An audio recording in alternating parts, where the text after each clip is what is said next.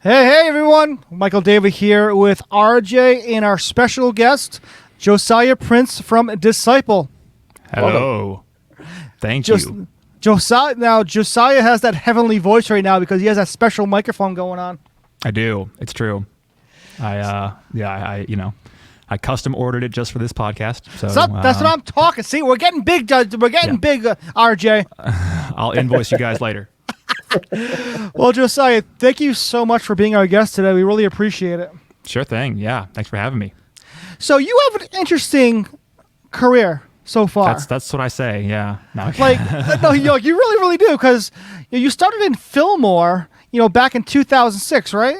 Actually, Philmont. Philmont, yes. Common problem and an oversight that we made in naming the band is that there was already a Christian punk band that had a very similar name. So you're like not the first, probably the 500th person to do that. So don't feel bad. Oh, thanks. But yeah, so started that band basically at the end of high school. And pop punk, that was my first love, really. And stuck with that for the life of the band, which was 7-ish years. So how did you get into that? Like, how did that band just start? There's always a beginning. Sure, I was just in Charlotte, North Carolina, is where I'm from, and I had a couple of bands in high school that I was playing with, and they weren't very serious, as most musicians who have ever been in bands were usually had bands in high school that weren't very serious. But I knew I wanted to be more serious, and connected with some guys who were starting a new band, and that became Philmont. So and they were really serious and kind of had more experience. They're a little older than me and had more experience playing and touring and booking shows, and so it was a great time for me to get in because I was totally ready to commit on that level, and still went to college after high school for a couple of years. But then we signed a record deal at the end of 2007 and with EMI. And I was like, see ya, college. So that was always the goal the whole time. So once that happened, I just walked down that path and am still on it, I guess. So here's my question for you. So when you were in Philmont, yes, was it always a missional band? Did you always want to be a Christian band, or did your faith kind of grow and that kind of turned into what the band became?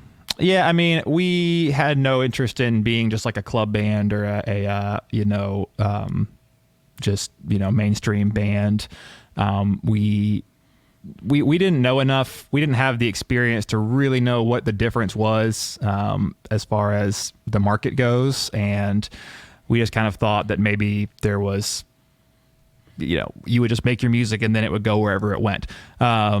So to us, it wasn't until we got signed that they actually kind of started asking us, like, okay, like which direction do you kind of want to point? Where's your heart? And they asked us if we wanted to focus on marketing to mainstream indie kind of stuff and playing clubs, or if we'd rather play churches and or more of the Christian tour circuit.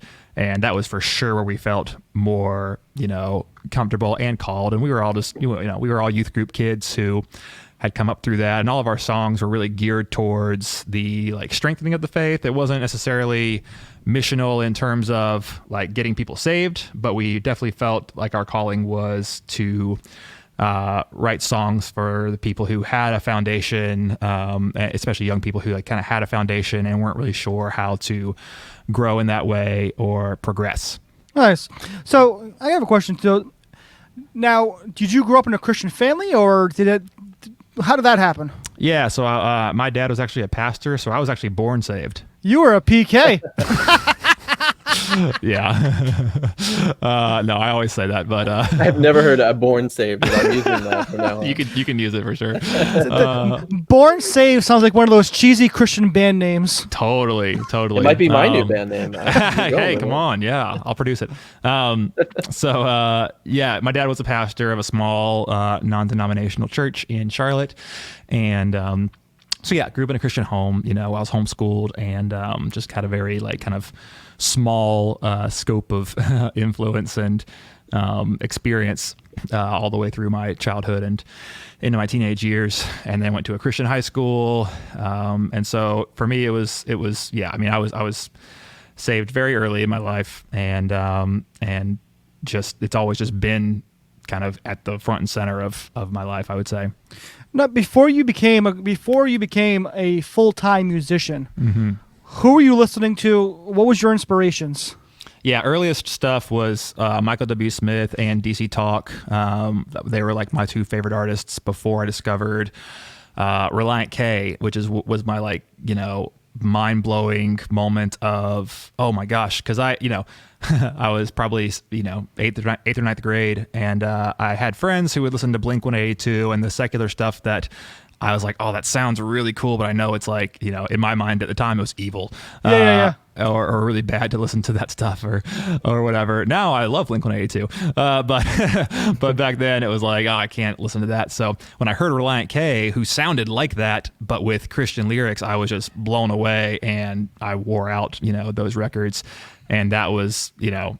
At that point, I was like, okay, there is music like this. I want to make music like this, and Philmont really was. I mean, for all intents and purposes, we wanted to be Reliant K, and that was all of our favorite band, and we loved the clever lyrics and the clever songwriting, and we all just kind of chased that for the whole time we were a band. I am not going to lie, my very, very ever tape I ever bought, and actually I didn't buy, my parents bought for me, was Michael W. Smith, Go West Young Man. Yes. Telling you right so now, good.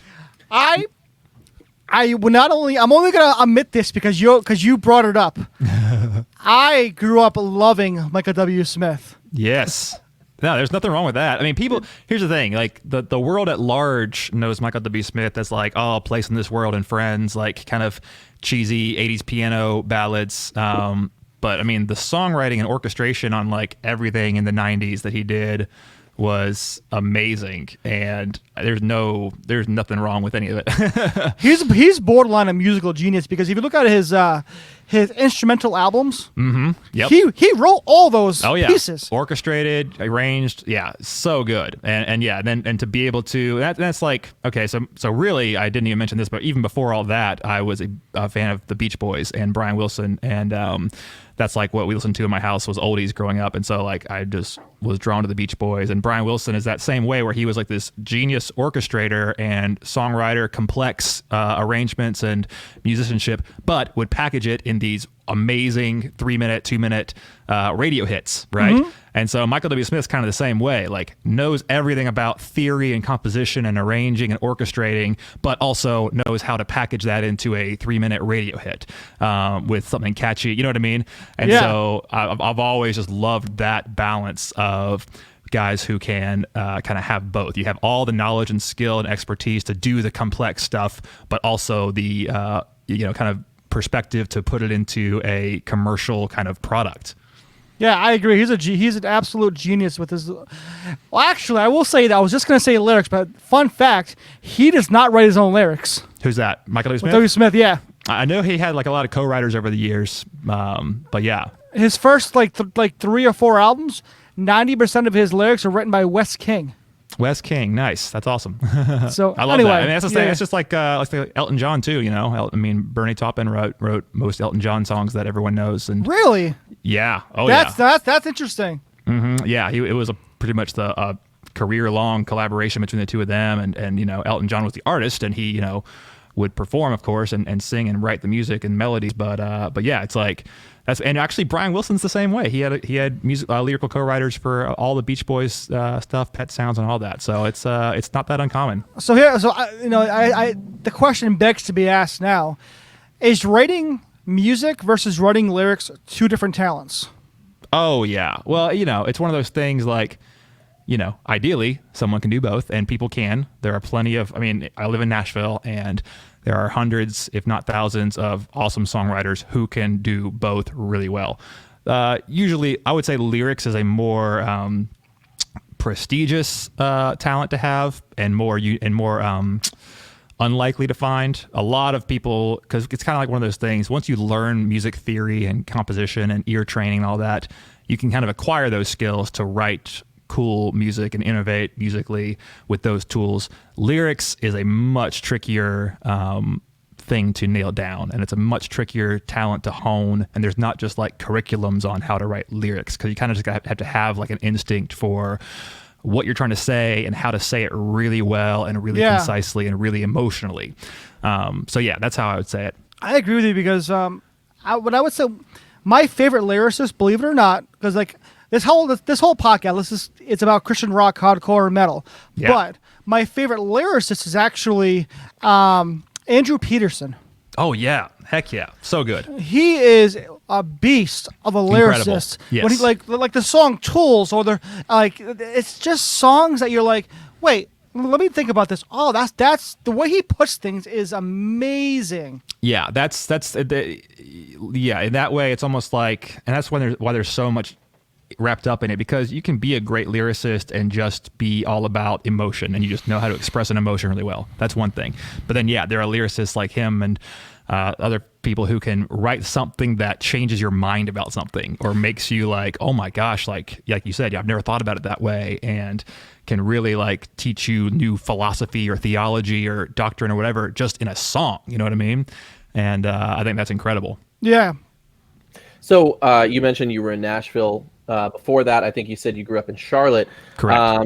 The move to Nashville, first off, Nashville is one of my favorite places in the world. I was there a couple years ago for the Bad Christian Conference. Oh, nice. That's awesome. In Nashville. So, yes. Which we'll get to later, because you were doing some stuff with the Loyals, Dan Allen. So that's where I saw them for the first time. Nice. But the move from Charlotte to Nashville, living in Nashville now, what's that like for you? What's the differences? You mentioned growing up in a very small non-denominational church. You join a band. Now you're touring with Family Force 5 and Addison Road and all these bands. Correct. What's that like? Yeah, man. I mean, that was really like, my introduction to just the world at large was like actually traveling across the country, because it was very, I wasn't like mega sheltered as a homeschooled pastor's kid, but definitely somewhat. And it definitely opens your eyes and mind really fast once you start going out and seeing all these other places, other cultures, even within the same country. Within the U.S., it's like all these different cultures and kinds of churches and denominations, and even more so with Disciple as we go overseas and stuff and different countries and see what Christianity and culture looks like in all these places. Like, oh, okay, like you really do kind of get this perspective. But yeah, so for me, moving to Nashville, it's actually pretty similar to Charlotte in a lot of ways, as far as fairly big city and in the South. A lot of transplants, but it's still kind of Southern, culture. And Bible Belt church is, churches everywhere. So, for me, it was not a real jarring experience, and really I'd been spending a lot of time out here anyway. And so, we've been looking forward to it. And once my wife and I got married, we lived in Charlotte for 1 year and then moved out here. That was always the plan from day one. So, it's awesome though. I mean, as far as music goes, it's like, I could have, if I stayed in Charlotte, I could have pursued what I'm doing, and there are very few people doing what I do in Charlotte. So it's like, that would have been, I would have had maybe a bigger market share or something, but way less opportunity. You know what I mean? There's way fewer people who want your services, or there's way fewer talented people to collaborate with in a place like that. Whereas here in Nashville, it's like, just everyone's doing it and doing it well. So there's just way more opportunity for collaboration and work. So I got to ask you this question. You were signed to Forefront Records. That's right. Did you realize at the time how big of a deal that was? Oh yeah, literally when our managers, we had gotten a manager. We played Cornerstone Festival in Illinois in 2006 and. 2007. We played in 2006 as well, but in 2007 we had a manager who we had just signed with out here in Nashville, and he knew somebody at a couple of the guys at Forefront, or EMI at the time. They were Forefront, but also EMI, Sparrow, all that. And he kind of turned them on to come watch our set at Cornerstone Festival, and they came and saw us. And yeah, when we started talking to them and I knew Forefront Records. I mean, I was the CD liner note junkie, kid, Oh. homeschooled. You know what I mean? So I'm like, I'm buying CDs and I'm sitting there all day reading the liner notes. And I am totally with you on that one. Yeah, and so I had so many Forefront CDs in my collection, and between DC Talk, Audio Adrenaline, PAX 217, Bleach. Oh, PAX. Yeah, and They so, were like Forefront Records was the '90s Christian label. absolutely, yeah, and so I used to line up all the back of the CDs, so you'd have the Yes. black and the yellow writing. Yep. Oh yeah, absolutely. Yeah, and then Sparrow too. I mean, it was Newsboys and Sanctus Real and Earthsuit was one of my favorite albums back then too. And so it's like between those two, which are under the same EMI umbrella, we're going into that building for our first meeting with them, and I was just like geeking out so hardcore, and telling my parents, like I kept like just geeking out to my parents about it's Forefront Records. Can you believe it? And so it was definitely like the probably because at the time I was still really young and didn't have much experience, and the fact that we got that deal is still pretty crazy, honestly. It was right at the end of the era where labels like that were just signing up a bunch of small bands to develop, especially rock bands. That does not really happen anymore with major labels. Well, that's the thing. Like if you think about it, Forefront Records was literally like the last Christian like rock label. Well, yeah, as far as majors go, for sure, because Tooth and Nail, I think, is still now carrying that torch, But yeah, at the time, it was like Forefront was the last, major label supported, place where all these smaller rock bands. So they signed us, and they signed a band called Abandon. I don't know if you remember them. I don't remember them. They had two albums that like they were kind of the Killers sounding, and they had some good some decent success. And then there's a band called This Beautiful Republic that was on our label as well. And they had a couple albums, awesome band. So we toured with all those guys a lot, but it's like it was right when iTunes was becoming a thing, and the whole shift from CD sales, and the housing market crash. So like for music industry and economy, it was all like tanking right around the time that we signed and recorded our album, and pop punk was also on the way out. Like I don't like make any bones about saying that it was not really cool anymore by the time that we were doing our thing and getting signed. Like really clean vocal pop punk was not as cool as a lot of the more trendy kind of burgeoning EDM dance pop type stuff. And so for us, we had a lot stacked against us when our album did come out. And we had an amazing time and wouldn't trade it for the world. But it was just kind of unfortunate timing in a lot of ways. Wow, you know what? I never thought about the 2008 kind of financial recession that we went through there. You're probably the first person to bring it up, but you come into this huge kind of success very quickly, and then this hits. Can you talk a little bit more about what kind of damage that did to the rise? Well, it's funny for us, because for us, we signed and we started going on these tours, and for us, they were the biggest tours we had been on, but the bands that we were opening for were saying things like, oh man, like attendance is so down on this tour this year because of this, the economy and the recession and stuff. And so for us, we didn't really see it the same way, but we just heard people talking about it as like, oh, and then when our record only, this is going to sound crazy. Our record sold like 30,000 units, which now would be awesome. But at the time, was seen as like a pretty bad showing. And so that was another reason. It's like, okay, people aren't buying this CD because of iTunes, first of all, but also the recession, the economy, and all this stuff. So yeah, we definitely felt it, and just kind of in retrospect saw more of how, okay, that was really a factor for a lot of bands in our situation at the time. And so, bands like Disciple, who were kind of really well established before that and were able to weather through it and stuff, but a lot of artists weren't, the way I see it. So, and labels were also just scrambling for strategies, and we were like thrown into all these different kind of innovative marketing strategies to try to increase sales and revenue for the label, because they got to sell a certain amount of units for it to recoup and all this stuff. And so it was just really a hard time. They were trying all this stuff, and they kept pushing our album back because they wanted to try this thing and this thing and this thing. And so it just kind of got dried out, honestly, before it even got released. You wonder if one of the reasons why Forefront was able to last so long during that process is because I know Skillet was part of Forefront and Ardent Records for I think such early a long on, yeah.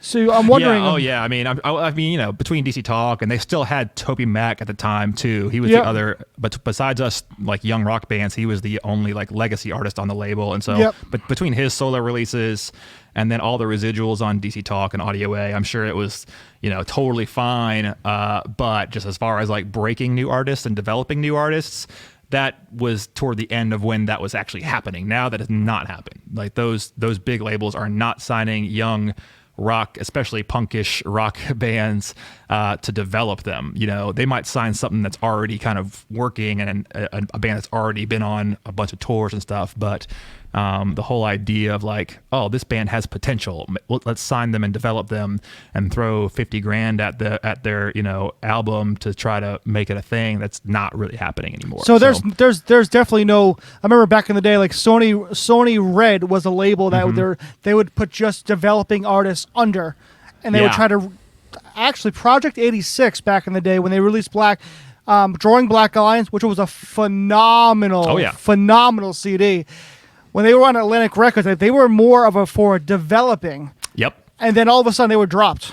Yeah, and that was kind of like one of those things where they had, you know, they were on, was it Tooth? I think that might have been Tooth. They were on Tooth, and then they basically got, you know, got called up to the big leagues with Atlantic, and that happened a decent amount where a band that had shown a lot of promise with an album on an indie label would kind of graduate, and like a big label would partner with the small label or buy out the small label for the band for an album. That Disciple had that opportunity a couple times, or like that potential opportunity before I was in the band. But it was like they would look for those moments where, oh, this band's really hot right now in this smaller kind of niche scene, but they have some songs that we think we can maybe put on a, you know, end cap at, you know, Best Buy or whatever, and like make it a thing. And so that happened fairly often, but to varying success. And again, nowadays, not so much. That doesn't even happen. Right. So 2012 comes up and your band disperses. Yeah. How do you get called up to Disciple? There's this guy I know named The Lord. Yes. Love it. So refresh me a little bit Yeah. here. So you left in 2012 and then came into Disciple. That wasn't immediate, right? Or was it? Believe it or not, it was within 24 hours. Get the crap out of here. And that's It's why. kind of like my high school relationships now. Okay.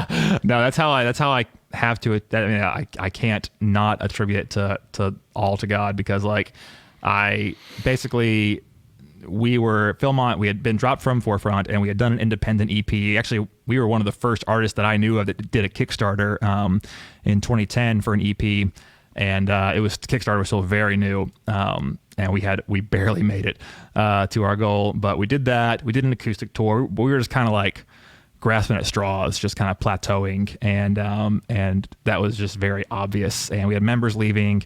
And I just felt like I think it's my turn too, and I didn't really know what was going to happen after. I knew that I was getting married and I wanted to move to Nashville, and so I was just thinking maybe I'll just produce, maybe I'll find like some hired gun guitar stuff to do, but I really did not have a plan, and I just told them, hey, I'm really sorry, like I've got to, you know, hang it up too, but I'll give you until like 6 months down the road. And so they basically the rest of the guys decided like, okay, well, we're just going to call it. Cause like I said, there was nothing promising on the horizon. So all that to say, you know, there's a 6 month kind of period of I'm planning to leave and we still are playing shows. And it was in that period that Kevin called, and he had gotten my referral from a friend who was co-producing an album at the time for Disciple, and he was a friend of mine who I'd known for years, and so Kevin had a guy leaving, and you know, called me up and said, "Do you want to come out and play some shows?" And so literally, the way it worked out is we had already planned for Philmont's last show to be this festival in South Dakota that was always really good to us, and so that was our last show in the books. And I asked Kevin, like, okay, when do you need me to come, like, fill in? And he told me the date was one day after the last Philmont show. Are you serious? Yeah. And That's so nuts. I couldn't believe it. So I literally flew. I had to book a flight from South Dakota to Pennsylvania or West Virginia. booked a flight from South Dakota to West Virginia, literally flew the next morning after the final Philmont show to play my first Disciple show. So it was insane. I couldn't believe it. And the way it turned out, Kevin was planning on bringing out a bunch of different guitarists and kind of trying out a bunch of guys. But then the way it ended up working out is I came in and I did a fine job, but I definitely wasn't like, I didn't have my chops for like heavy guitar by any means, and didn't have the right gear. But I was a hard worker and really cared about performing and putting on a good show. So I did that, and then two more guys from Disciple left like 2 months later. Micah and Israel were the other guitar player and the bass player. They were both leaving. And so at that point, it's like, Kevin's like, okay, well, I need you, like, for sure. So it just kind of all fell into place and worked out, and that's how it came about. So, like, I've been a Disciple fan ever since My Daddy Can Whip Your Daddy back on Rugged Records. Was it 95? I think it was. It was. One of the reasons when they had Brad Noah, Tim Barrett, and they had Kevin. I've always loved their style of music. Yes. In my personal opinion, there was not much like them back in the day. There might have been like Galactic Cowboys. If you can remember them back in the day. Sure. But there wasn't much like Disciple back in the day. 'Cause a lot of the popular bands was like DC Talk, you had Jars of Clay and things of nature. So Disciple, for me, they were the band that I just was like, wow. Them and actually, I'm not sure if you remember this, but 6 Feet Deep back in the day. I know the name, and I'm not familiar, but yeah, they were on Rex Records. Rex Records folded back in like 97, and anyway, but Disciple has always been such a great band. I loved. From day one, they've always had a worship mentality. Yes. Even till the time that you arrived. Yes.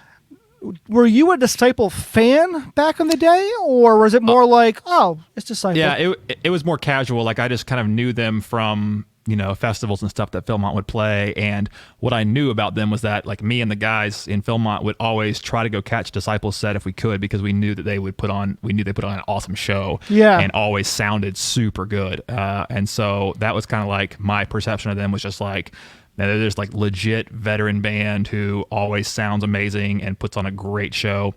And then I had some friends that were, close to him, and that's how I ended up, getting in with them to begin with. But yeah, I was definitely not like, for whatever reason, I had all the samplers growing up in the 90s that would come out at the CD store that you would get with your purchase. And Me too. For whatever, and I would wear them all out. And for whatever reason, I never got one that had Disciple on it. And so it's like I never really discovered them. No one ever showed them to me. But yeah, I had everyone else on samplers, and including Project A6 and Spoken and all these bands that, close to now that are in a similar market. But anyway, all that to say, like, yeah, I kind of became a fan just from learning the 25 songs that Kevin sent me to learn before my first show.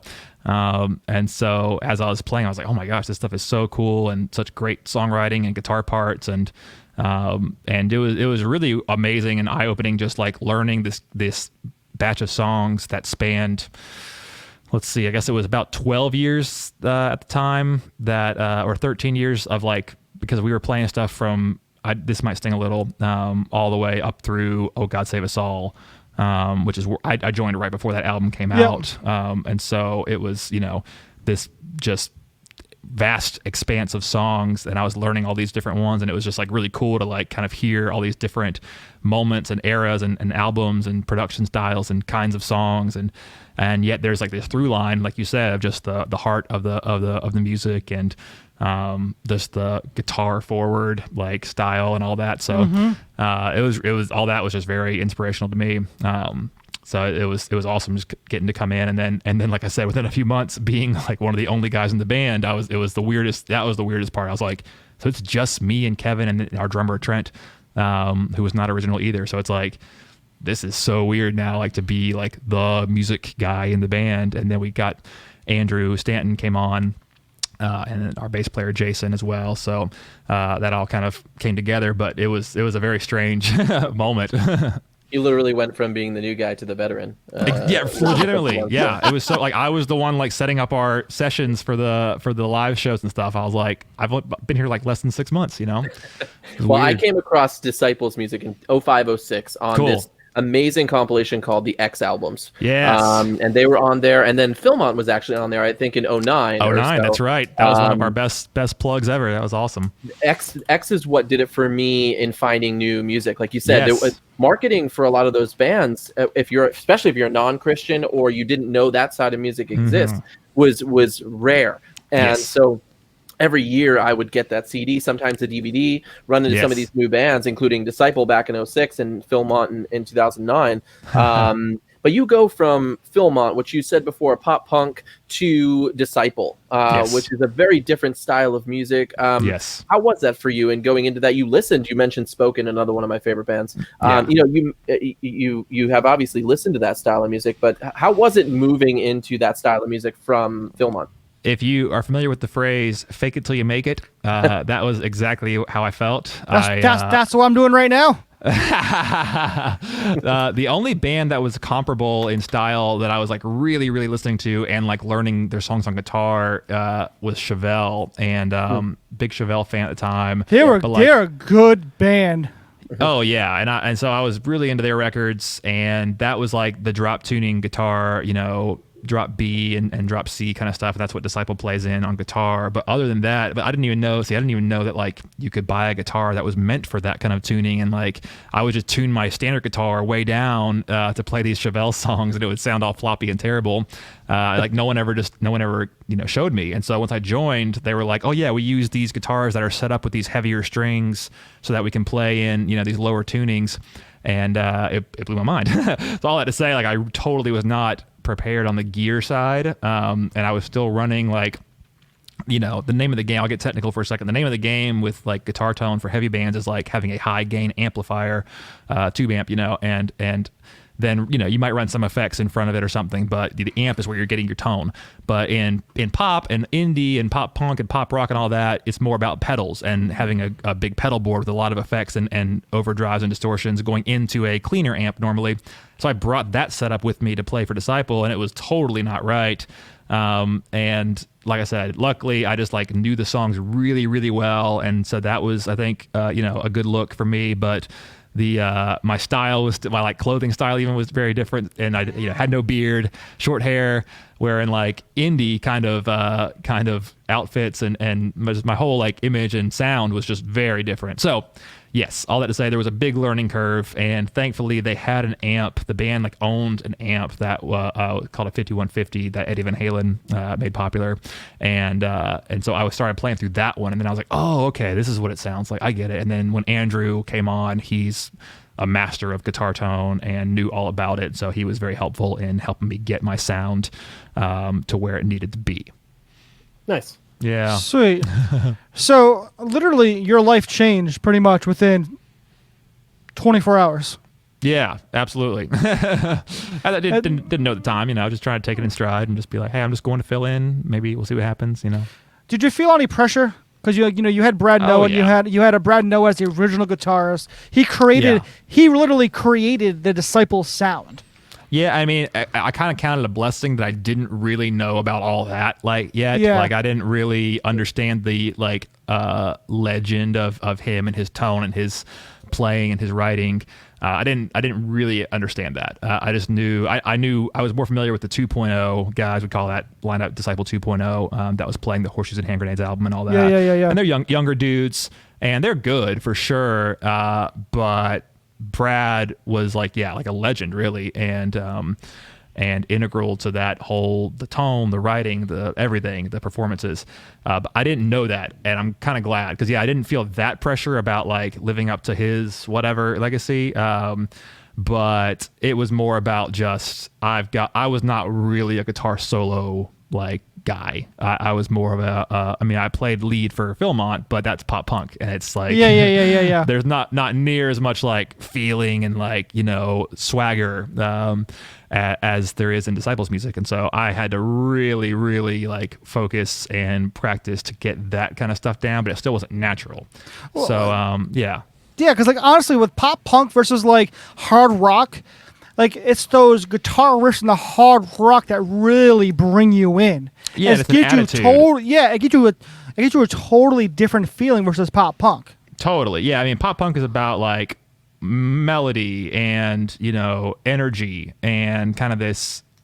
It's more about the emotion of the melodies and the energy, whereas with Heart Disciple, it's like more about the attitude, you know what I mean, and having that just like swagger and just really aggressive kind of approach, and I just didn't have any of that, and so it took a while. It honestly probably took a full year of playing in the band before I felt like, okay, I'm actually like nailing the attitude of this guitar part the way it's supposed to be.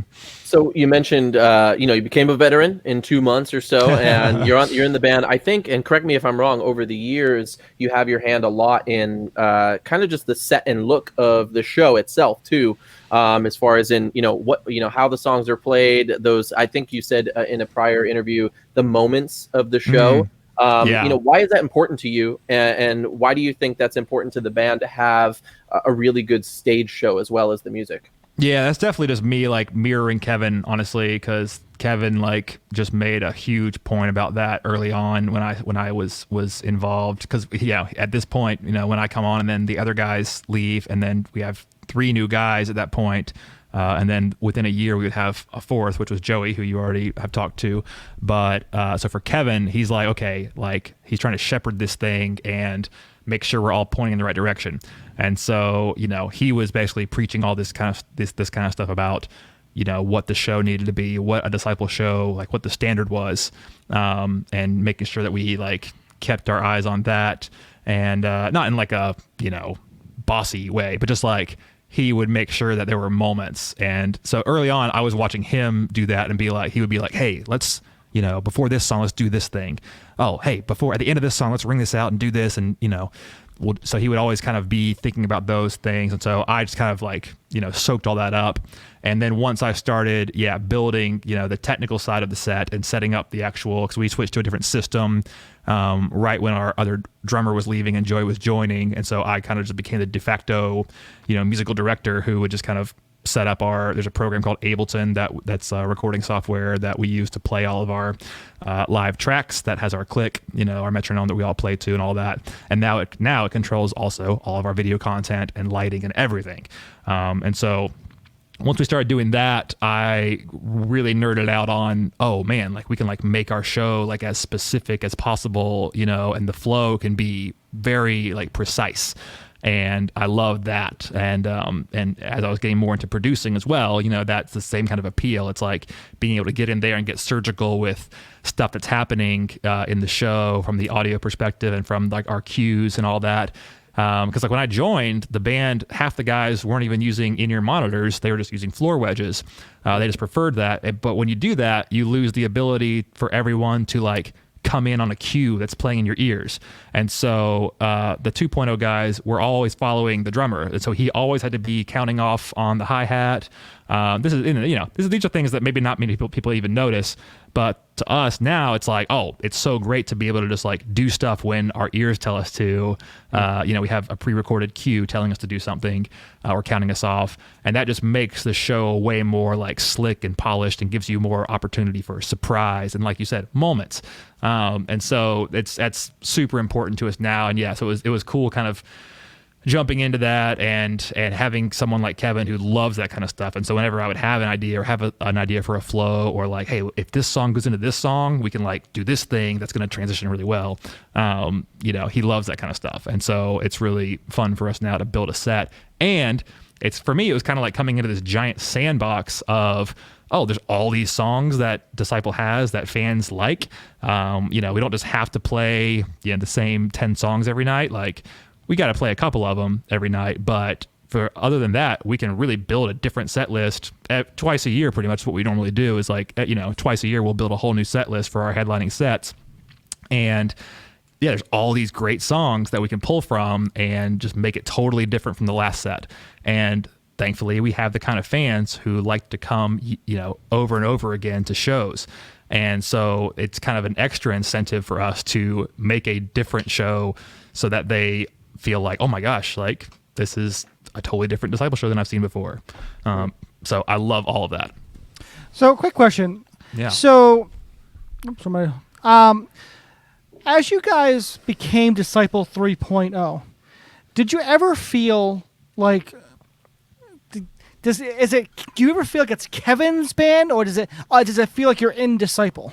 Kevin is the greatest leader in that way, in that early on, like I said, even when it was just me and him and Trent, our drummer, like he just brought me in and was like, all right, here's what we're doing. Like, I need you to do this, let's do this. Let's do this. What do you think about this? Like he knows he's like the boss, right? He's like the head of it. He's the founder, all that stuff. But he prefers a democratic band mentality. He wants us all to be invested and contributing. And he trusts himself a lot, but he also loves to hear discussion about ideas and different choices we're making. So at the end of the day, he has like, the final step of approval on anything, but he's a great leader in that he instills trust in everyone in the band, and there's like a mutual trust that we all have to where, if I have an idea for something and just want to run with it, like it's cool, like it's and all of us feel that way, and so it's it's a really I think it's pretty unique too, honestly, because I think a lot of bands in Disciple's situation, the front man or leader would have just kind of defaulted to, okay, well, I'm just going to start having hired guns for all these roles, and I'll just kind of, drive the train and just hire guys.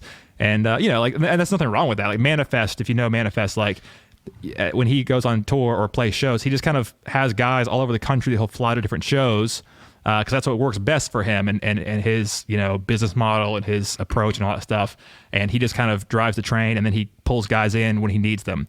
But Kevin really values like I said, democracy kind of approach where we all have a voice and we're all contributing, and we all like that too. Me and Joey and even Andrew is still very involved. So yeah.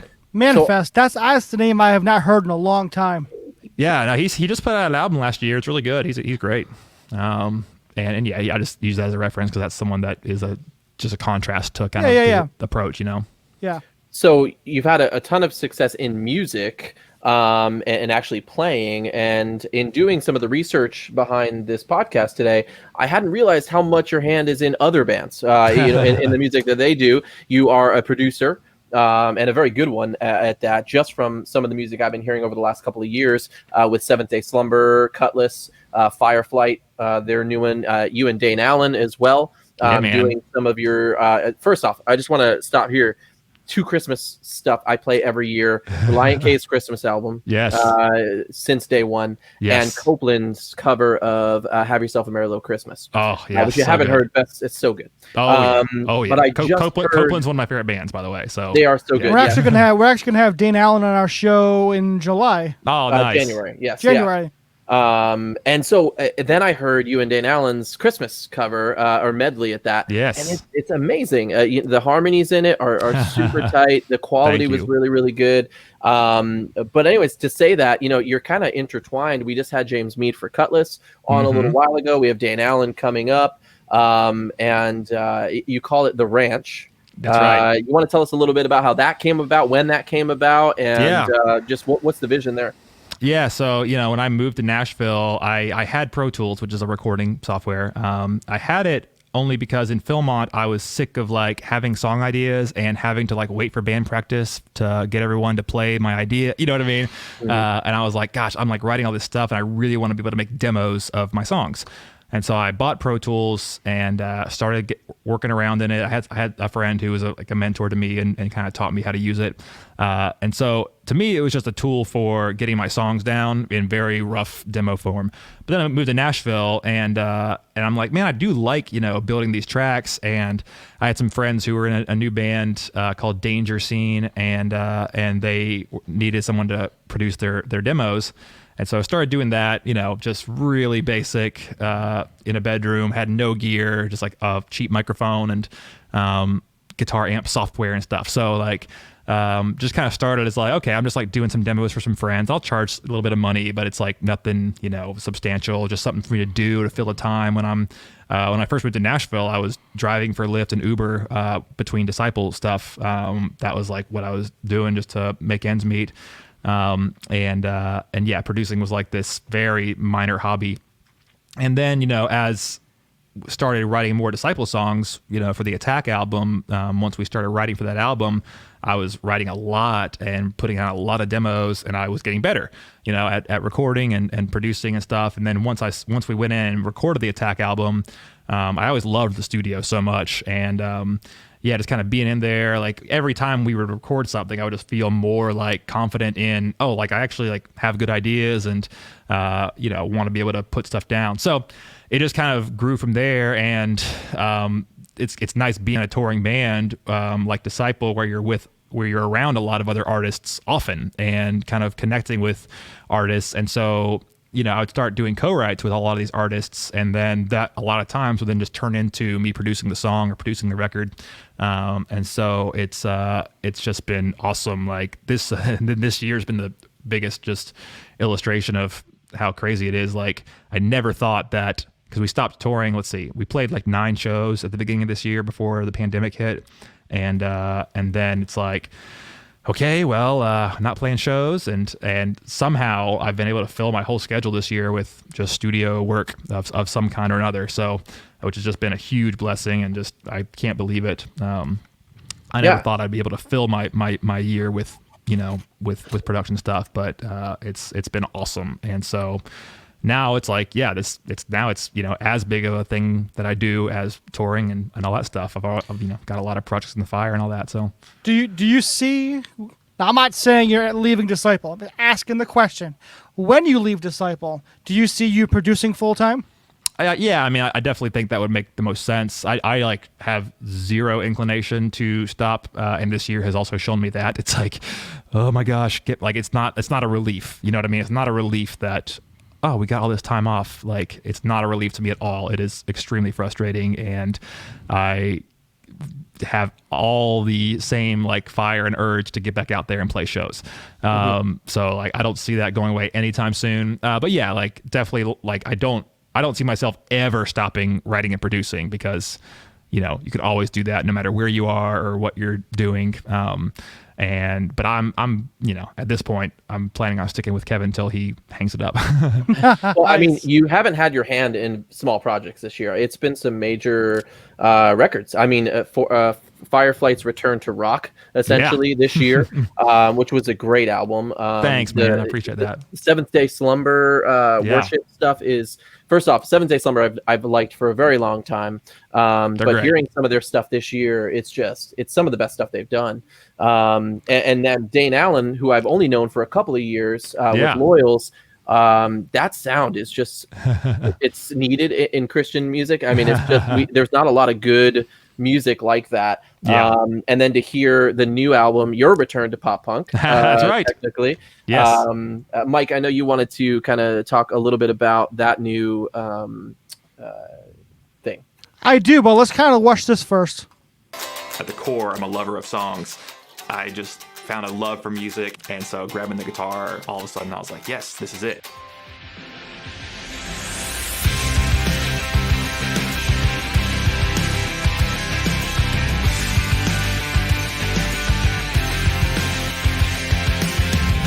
For me, this album is a lot of things, but it's more about the music that made me want to join a band in the first place. The kind of music that just made me want to grab a guitar and go stand on stage and play. Since I moved to Nashville, I've been growing the production side of things and that skill set, and thankfully it's awesome that I'm in a place where that's pretty much all I'm doing now is playing shows and making music, and it's a blast.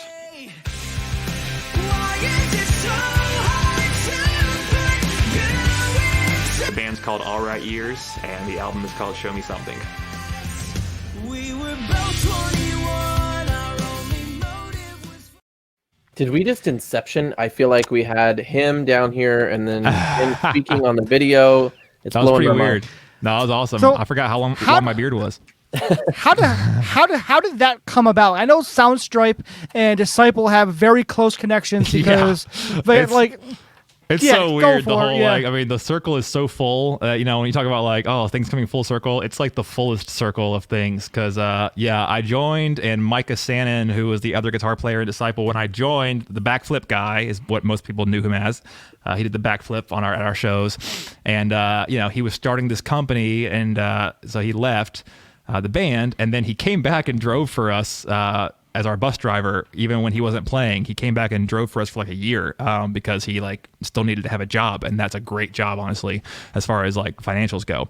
But the whole time he's trying to get his company off the ground, which is a music licensing company called Soundstripe, and then they start taking off, and they're doing amazing. And then got several friends who work there, and then Andrew started composing there for a long time now. And anyway, so they came and they were like, hey, you know, we're trying to fill some holes in our catalog, and would you be interested in making you know, like a pop rock, pop punk kind of album, just for us to like have on our site for licensing?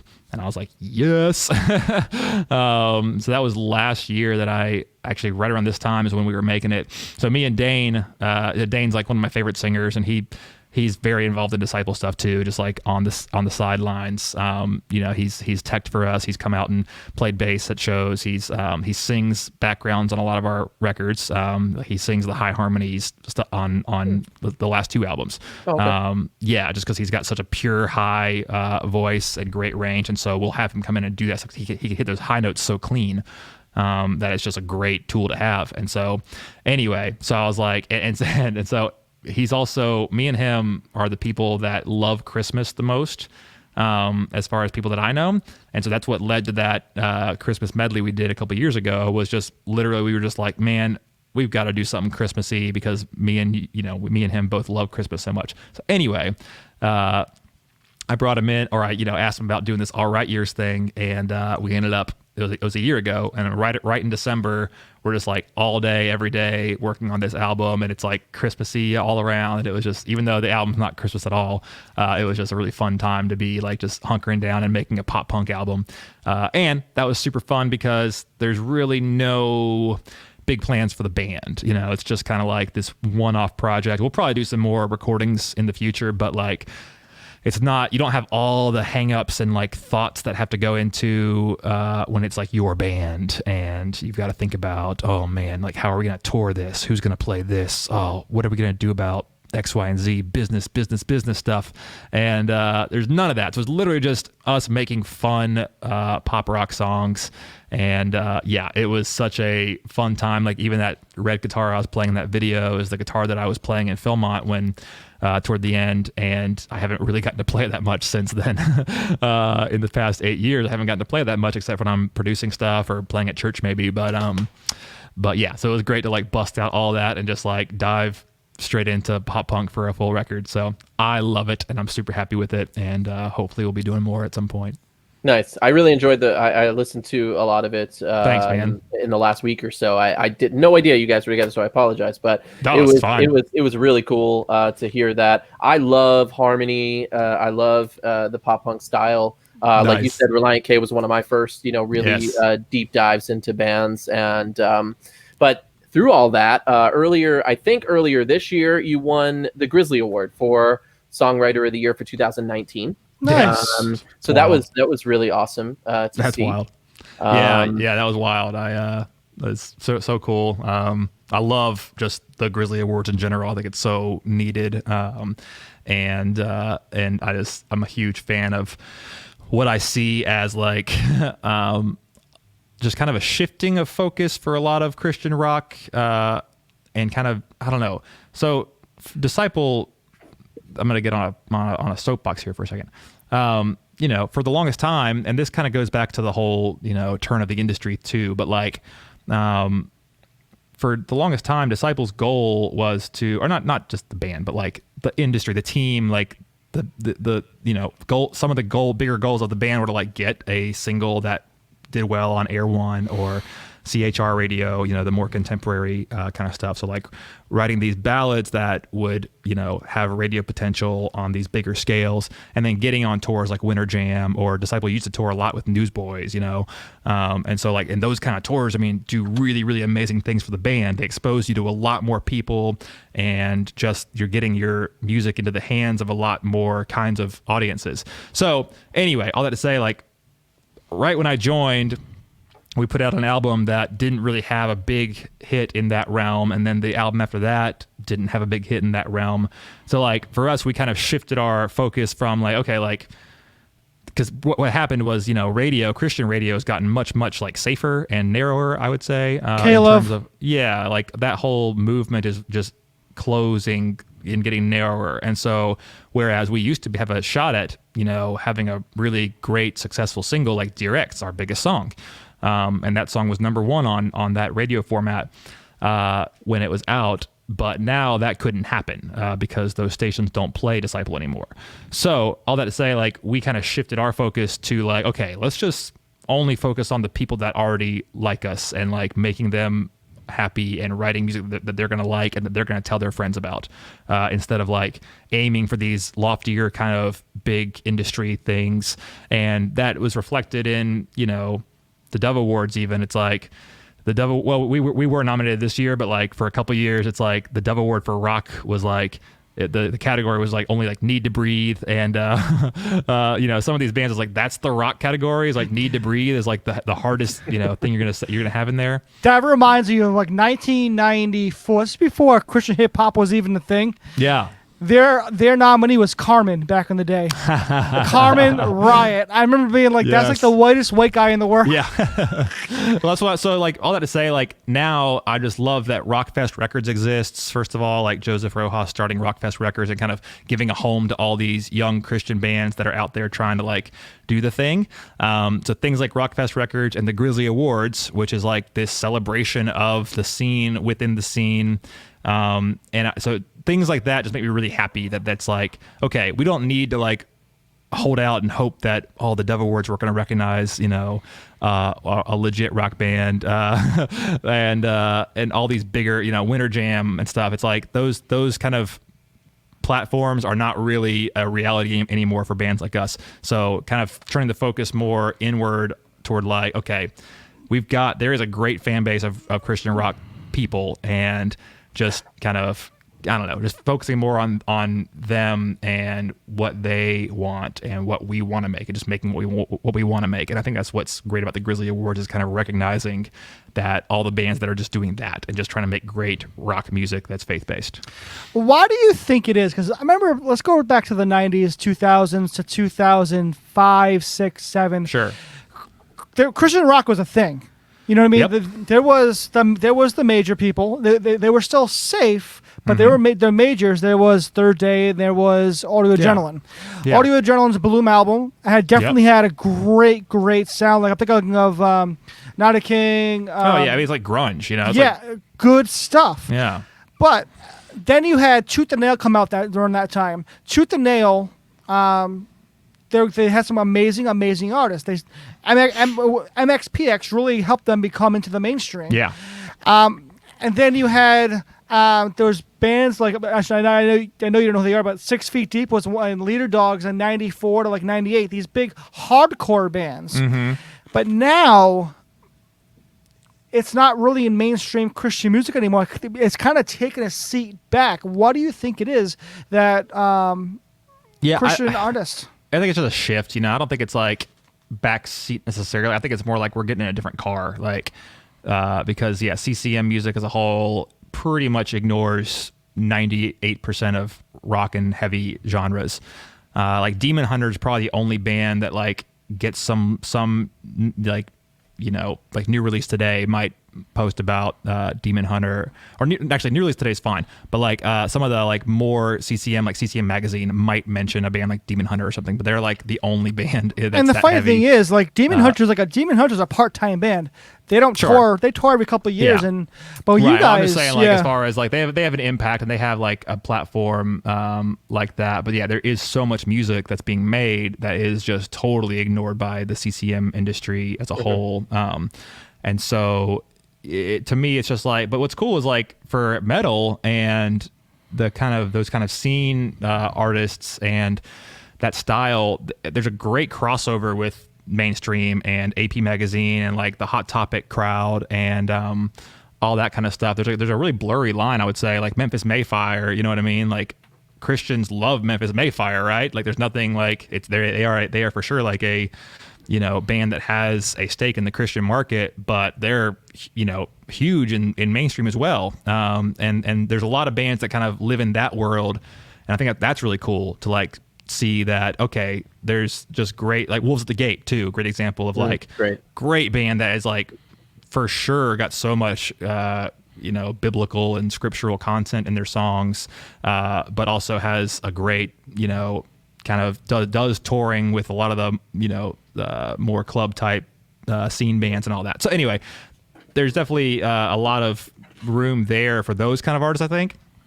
And whereas for a new band that's like trying to just do straight Christian rock, it's just kind of a lot of those bigger resources and opportunities are just not really there anymore, like they were for Disciple and you know, Red, Skillet, TFK, Seventh Day Slumber, you know, like all those bands came up at a time where there were those opportunities to go on those big CCM tours and get on those CCM radio stations, and that's not really there anymore. So to me, it's just a shifting of focus of, okay, like find those, you know, couple thousand people who really like you and like just market to them and like make music for them and do everything you can to like create true fans, and because those are better anyway than the fan who just hears the one song on the radio and says, oh yeah, I like that band.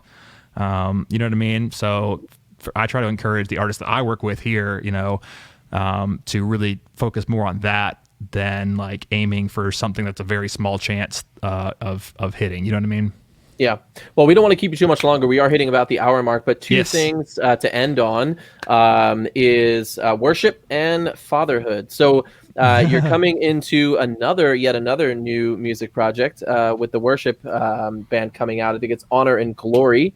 Correct. We talked a little bit about that with Joey, but what are your thoughts on that new release coming out or that new project, and why transition now into that as well? Yeah, I mean, that's just like, you know, and it's an idea that we all had, and Kevin and Joey really were kind of the brain fathers of it. It's their brainchild. That's weird. But yeah, like the idea was just like, you know, we all play worship to some extent. Like I play at my church. Kevin was a worship leader for 9 years at his church, and Joey's played in various capacities over the years. And it's like, you know, people, because we'll every now and then cover a worship song live or something, right? And so people always ask like, oh, when are you going to do a worship album?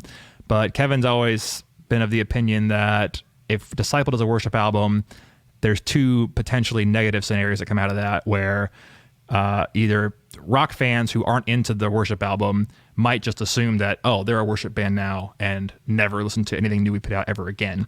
Or if it goes really well, then all these worship fans would only want us to do worship potentially from then on as Disciple. So the idea of the offshoot was so that we can kind of keep Disciple what it is, and Disciple could just be Disciple because we really love what Disciple is. We don't want to change that. Disciple has a mission, and it's, you know, it's for a certain kind of music listener, right? Yep. And so this is an idea of just like, okay, let's have a project where we focus on just writing worship songs and putting something out. So yeah, so BEC Tooth and Nail is putting it out, and we're working on it right now. I was working on it yesterday. So yeah, I'm producing a handful of the songs, and we've got some other people involved. I can't say too much, and I also don't know much as far as timeline goes, but we are, you know, neck deep in working on it. The songs are written, so we're just kind of producing it, and I would say, you know, hopefully production's done by end of January, and then on to mix and that. So, you know, I would say by middle of next year, hopefully something will be out. I don't really know anything beyond that. It's on a label, so it's up to them. Well, I'm definitely looking forward to it. I think it was a good decision. You know, cool. Neither negatively or positively. You've got bands like Seventh Day Slumber and Cutlass who've made that decision to kind of combined, and there's definitely a different feel, you know, when with the offshoot. So I think that's great. Yeah, we just never want to feel like if we show up to a Disciple show, we never want to feel like, oh, obligated to do anything other than our disciple show, you know what I mean? And then, you know what I mean? So there's just a lot that would come into play, and we felt like this would be the best for us. Every band's different, and you know, every band's got to do what's best for them, but we thought this was best for us for sure. Nice. Well, I mean, to end it out here, you became a father this year. Well, yeah, actually the second time. Sorry, yes. second time. No worries. So congratulations on that. Thank you. I have one coming in March. So yay, that's awesome. I'm on number 4 at this point. So, oh, nice. So you know, Boy and a girl, and I'm done. I'll tell you that right now. I got it too. That's where I'm feeling. That's right. We're done now, so 4 is good. But that changes everything. You know, in everyone's lives. What did that change for you? Where did your focus kind of move to? How does that perspective change for you in your life and in music? Yeah, I always have just one less free hand than I would before, you know. It just whatever I'm trying to work on, I always have one hand that's keeping a kid from electrocuting themselves. No, but yeah, I mean, it was all, you know, it was always the goal of me and my wife to have kids, and so we had our daughter 3 years ago, and then son this year, and you know, it's great. It's definitely one of those things. You know, to me, it's one of those life things where everyone can tell you how, it changes your life, You don't really know until you're in it. You can't know. You can't know until it's happening and you're like, wow, okay, yeah, this is crazy. Like that I've got to think about all this. You know, so just aside from just like normal practical like stuff about trying to figure out scheduling and all that kind of stuff, you know, for me, it's really just made my life better. Like it's not, you know, it hasn't changed anything as far as music goes. Like I said, I'm still trying to tour till I'm not, which is a ways off, I think. So it's you know, there and that's what's, you know, interesting too. It's like everyone's different in that way. Every person is different when it comes to that. There are guys who I've seen them come and go. It's like band guys who have a kid and it's like, okay, this is for sure top priority now and I can't go on the road anymore. And that's totally the right decision for them. That's like, you know, it's like sometimes a bad, like, it's like a stigma there sometimes. It's like, oh, like he, you know, I would hear that at least growing, you know, coming up in bands. It's like, oh yeah, he like had a family and so he stopped playing music and stuff. And it's like, well, so like, you know, that's like probably probably was the right decision for him, you know? And for me, I feel totally good about continuing on doing what I'm doing and being dad when I can. You know, being dad all the time, but like being hands-on dad when I'm here, which now, this year has been the whole time. So will the family ever come on tour with you? They have every now and then, but there's not like a big plan for that. My wife doesn't love the tour bus. You know, she'll do it begrudgingly, but she's not like she actually my second tour. She came out and did merch for us for a month with Fireflight and Disciple, and she, you know, it was fun, but she totally was not like loving it. She was like, this is fine, but I'm ready to get home. And so she is awesome and takes care of the kids when I'm gone and is amazing at it. So I couldn't do without her. That's the thing too, is like, I think, you know, it just depends on the relationship and there's just so many moving parts in a family and in a career and all that. So it's like, for me, I just feel awesomely blessed to be in a situation that I'm in where I can do all the music stuff that I want to do and have the family life that I want to have, and it all just kind of works. So nice. That's awesome. Yeah, huge blessing. Hey, thank you for joining us today. We really appreciate it. It's been awesome talking to you and Joey, kind of covering a lot of Disciple, but also a lot of what you guys are doing outside of the band too, which I find super interesting. So thanks, man. Hopefully our stories lined up. Hopefully there's no like contradictions. People are like, wait a minute. I don't know who's telling the truth, but yeah. One of you, yeah. No, it was really good. You guys mentioned some of the same things from your perspective, and I think it was really cool to hear that. Awesome, man. Thanks for having me. If you don't mind, just stay on after we go off, and we'll wrap things up. But thank you for joining us today again on the 4-7 podcast, and we'll see you guys next time. Thanks, fellas.